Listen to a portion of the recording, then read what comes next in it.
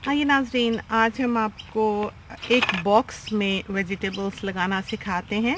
इसमें ही हम थोड़ा सा धनिया बोएंगे और इसमें ही टोमेटोज़ और स्प्रिंग अनियन जो है वो आपको लगाना सिखाएंगे। इसके लिए हमने ये स्टायरोफोम का बॉक्स लिया है। इसमें ग्रेप्स वगैरह आते हैं, लेटस आता है।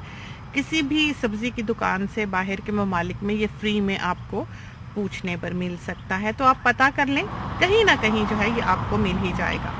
बाज़ ऐसे होते हैं जो जिसमें ये सुराख नहीं होते, तो इसमें तो सुराख हैं, बहुत अच्छा है। लेकिन अगर उसमें सुराख ना हो तो आपने नीचे से 1 इंच छोड़ के उसमें सुराख करना है। 1 इंच छोड़ के इस तरह आपने होल कर लेने हैं गोल गोल, कि उसमें जितना भी सरप्लस पानी हो वो निकल जाए, लेकिन थोड़ा बहुत नीचे जो है वो पानी रह जाए।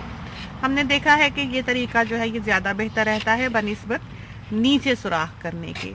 क्योंकि ये जो पॉटिंग मिक्स हम बाहर के ममालिक में इन डब्बों में डालते हैं वो इतनी वेल ड्रेन्ड बनाई गई होती है कि उसमें पानी डलते ही निकल जाता है। और गर्मियों की दोपहरें जो हैं उसमें सूरज इतना तेज़ होता है कि पौधे जो हैं वो मुरझा जाते हैं, सूख जाते हैं। तो अगर नीचे की सतह में 1 सेंटीमीटर से 1 इंच तक मिट्टी में पानी मौजूद रहेगा तो वो मॉइस्चर जो है वो आपकी प्लांट्स की रूट्स को मिलता रहेगा। तो जिनको ये स्टायरोफोम का बॉक्स जो है वो ना मिल सके उनके लिए हम एक और तरीका बताते हैं।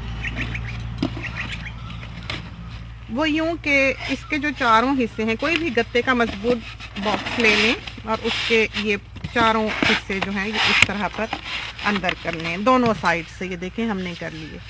इसके बाद आपने इसमें एक प्लास्टिक बैग डाल देना है और प्लास्टिक बैग में नीचे जो है वो डायमंड शेप स्क्वायर्स काट कर कैंची से होल्स कर लेने हैं, 4 या 5।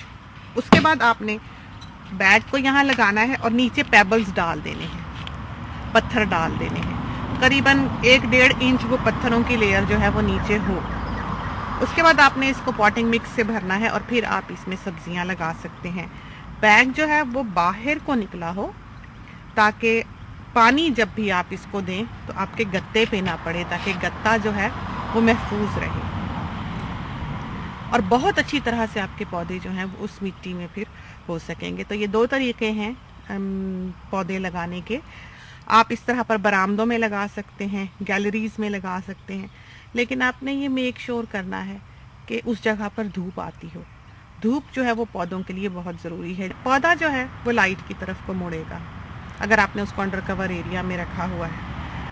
तो आपने थोड़े दिनों के बाद उस प्लांट वाले बॉक्स को इस तरह पर मोड़ लेना है ताकि उसका जो झुका हुआ साइड है वो डार्क घर के हिस्से की तरफ को आ जाए और सूरज की साइड जो है वो दूसरी तरफ हो जाए। इस तरह से आपका पौधा जो है वो सीधा रहेगा, क्योंकि वो हमेशा फिर सन की तरफ को मुड़ेगा, सूरज की तरफ को रोशनी की तलाश में जाएगा।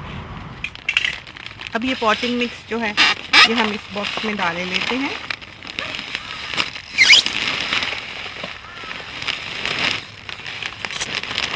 ये 25 लीटर है।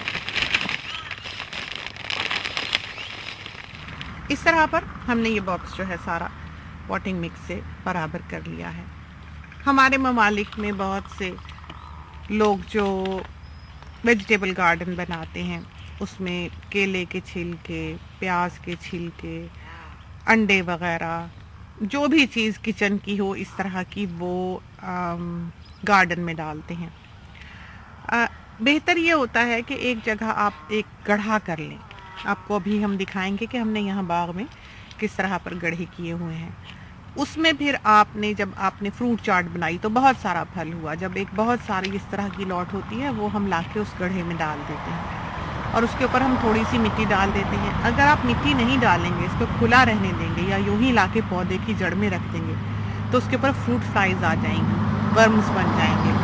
पहले इस क्यारी के बिल्कुल सेंटर में एक काफ़ी गहरा सा होल हमने बनाया हुआ था, जिसमें हम जब धनिया तोड़कर फेंकते थे, जब वो बड़ा हो जाता था, या कोई भी टोमेटोज़ वगैरह के प्लांट्स जो सॉफ्ट होते हैं इस तरह, वो सारी सब्जियों के पौधे जो हैं वो उसमें दबा दिया करते थे, उस पर मिट्टी डाल देते थे। कुछ ही दिनों में वो खुद ब खुद यहाँ पर स्प्रिंकलर चलते हैं तो कंपोस्ट बन जाया करती है। तो जो पैच आपने तैयार करना हो, जो पौधे आपके उसके राइट राउंड लगाएंगे भी, वो यूँ होंगे कि वो अपनी जड़ें जो हैं वो खुद ब खुद उस खाद की तरफ को अंदर ही अंदर नीचे से भेज लेंगे, वो वहाँ से ग़िज़ाइयत हासिल कर लेंगे। तो यही वजह है कि इस वेजी गार्डन में आपको वेजिटेबल्स जो हैं वो बहुत हेल्दी होती दिखाई देती हैं। और अब हमने इसके ऊपर ये स्लो रिलीज फर्टिलाइज़र जो है ये डाल देना है। इसको थोड़ा बहुत आप हिला लें। ये जो फर्टिलाइज़र है, जैसे ही पानी इस पर स्प्रे होगा, ये अपनी ग़िज़ाइयत जो है सारी खाद जो है वो पौधों में रिलीज़ करेगा। ये हैं टोमेटोज़, मीडियम साइज़ के टोमेटोज़ हैं और गुच्छों में ये फ्रूट देता है प्लांट। हमेशा बाज़ार से पौधा लाकर, नर्सरी से पौधा लाकर लगाएं, इसलिए कि इनको ख़ास किस्म की ग़िज़ाएँ देकर पाला जाता है। ख़ास किस्म के बीज जो हैं वो कमर्शियल सतह पर बोए जाते हैं, उसकी वजह से ये बहुत तेज़ी से फलते फूलते हैं जब आप इनको ट्रांसप्लांट करते हैं। घरों में डाले हुए बीज जो हैं वो इतनी तेज़ी से नहीं होते। अब ये जो बॉक्स है, इसमें अगर हम 4 लगाएं, एक यहाँ, एक यहाँ और एक यहाँ और एक यहाँ, फिर ये जो है ये ठीक रहेगा। लेकिन इससे ज़्यादा लगाना जो है बहुत मुमकिन है कि पौधे जो हैं वो कमज़ोर हो जाएं। पनेट में निकालने के लिए आपने इसको नीचे से दबाना है और इस तरह पर ये सारा इसकी जो डली सी है वो आपके हाथ में आ जाएगी। और आपने इसको लगाते हुए ये पहले 2 पत्ते जो हैं यहाँ तक बो देना है, क्योंकि गर्म इलाके हैं। सर्द इलाकों में तो इस चीज़ की इतनी केयर नहीं करनी पड़ती, लेकिन गर्म इलाकों में रूट को थोड़ा डीप डालना बेहतर होता है।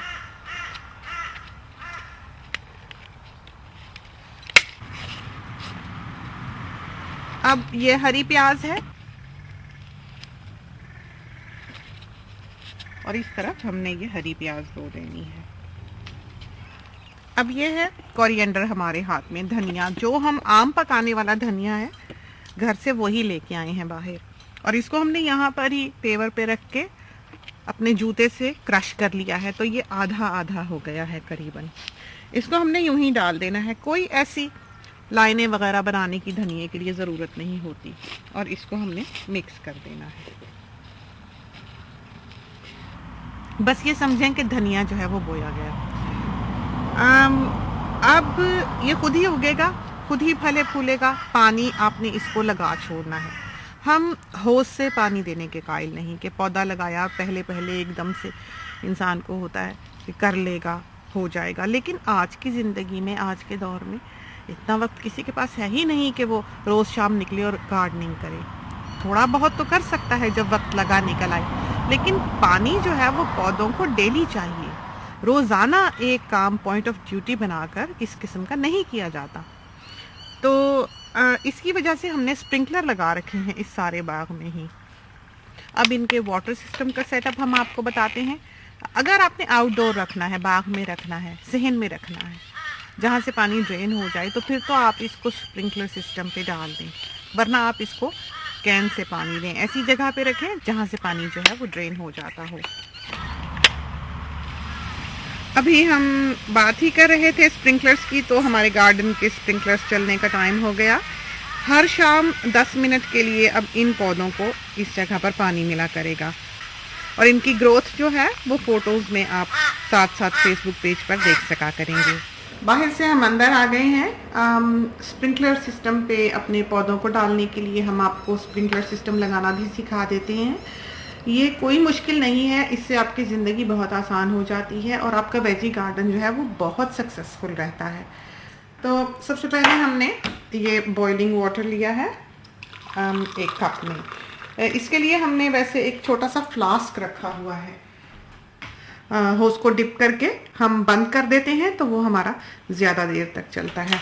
ये हमने पाइप ली है, पॉली पाइप इसको कहते हैं। ये स्प्रिंकलर सिस्टम लगाने के काम में आती है। 13 mm की है।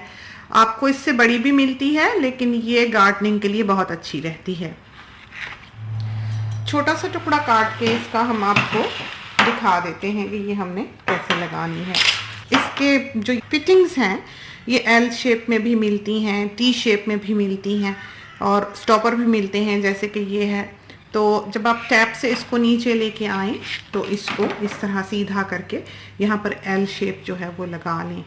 अगर आपने 2 वेजी पैच हैं जिसमें ये पाइप लेके जानी है, तो होज में से यहाँ से टी लगा देंगे आप, यूं इस तरह निकलने वाला होज काट ली है, और इसको हमने इसमें अब डिप करना है।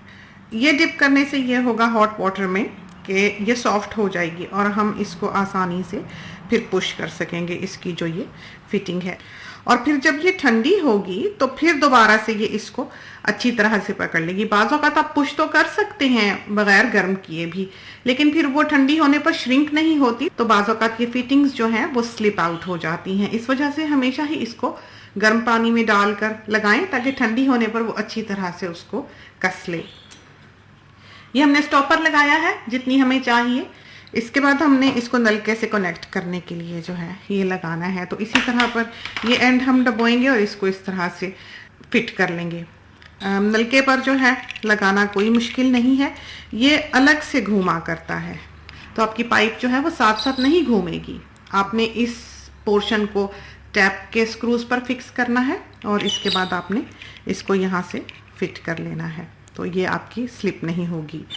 नलका जो है ये याद रहे कि टाइमर पर जब लगा हो तो टैप ऑन होता है।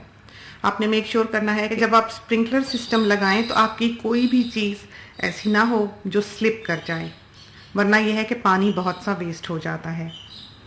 अब जो है स्प्रिंकलर लगाना, इस तरह पर ये स्प्रिंकलर्स जो हैं ये मिलते हैं, जिस तरह पर ये देखें इसके अंदर हाफ मून शेप बना है।